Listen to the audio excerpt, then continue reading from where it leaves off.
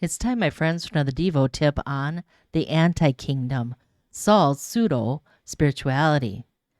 Well, we're learning about the Anti-kingdom, and it does employ multiple levels of trickery. We see it surface during the time of Samuel, when the people insisted on having a king like everyone else. What are we going to do? Better call Saul. Who wouldn't vote for a tall, rich, handsome guy? Well, the problem with Saul was his policies. He would draft the men for military service, force the women into servitude, and seize people's land and resources for his own use. This is not good. The fact that Saul is eager to place people under him, under his authority, is an easy-to-spot clue that something is fishy. The anti-kingdom treats people like Clydesdales to pull its dark agenda forward. It's an empire built on slavery. I think the most disturbing quality about the anti-kingdom is that it presents itself as spiritual, and Saul can really turn it on and off. When he offers a sacrifice and proclaims a fast, we hear his God talk and cringe at his inverted spirituality. It's no big deal, right?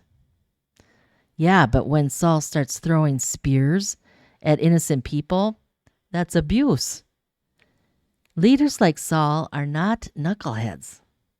When Saul does partially obey God, it's merely an attempt to appear righteous. His lack of self-awareness allows him to focus on external validation. It is confusing when something looks like a duck, walks like a duck, and quacks like a duck, but smells fishy. After Samuel dies, Saul put the mediums and spiritists out of the land.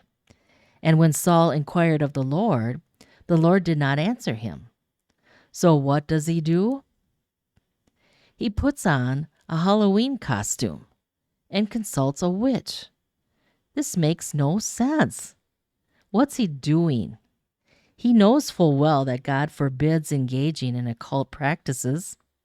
So he tells the witch, "Divine for me by a spirit, and bring up for me whomever I shall name to you."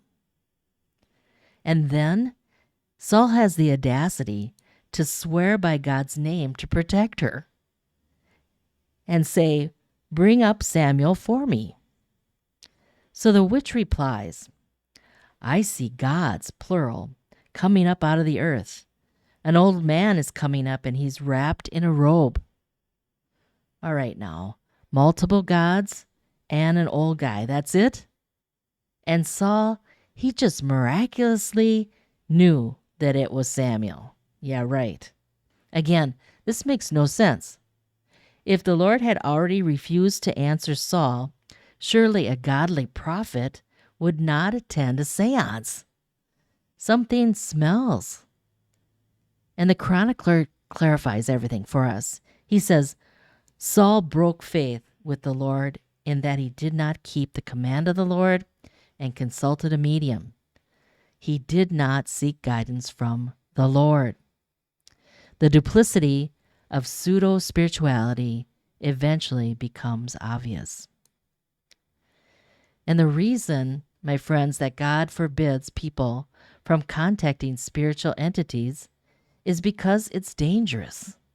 And it's impossible for human beings to confirm who they are and whether their messages are true. Malevolent forces can never be trusted. They lie. So the anti-kingdom can look and sound spiritual, which can be very confusing. And perhaps that's the point. Satan wants to confuse us. The anti-kingdom will commodify spiritual practices and adopt spiritual sounding language to advance its schemes. So we need discernment. What are we going to do? Better call Jesus.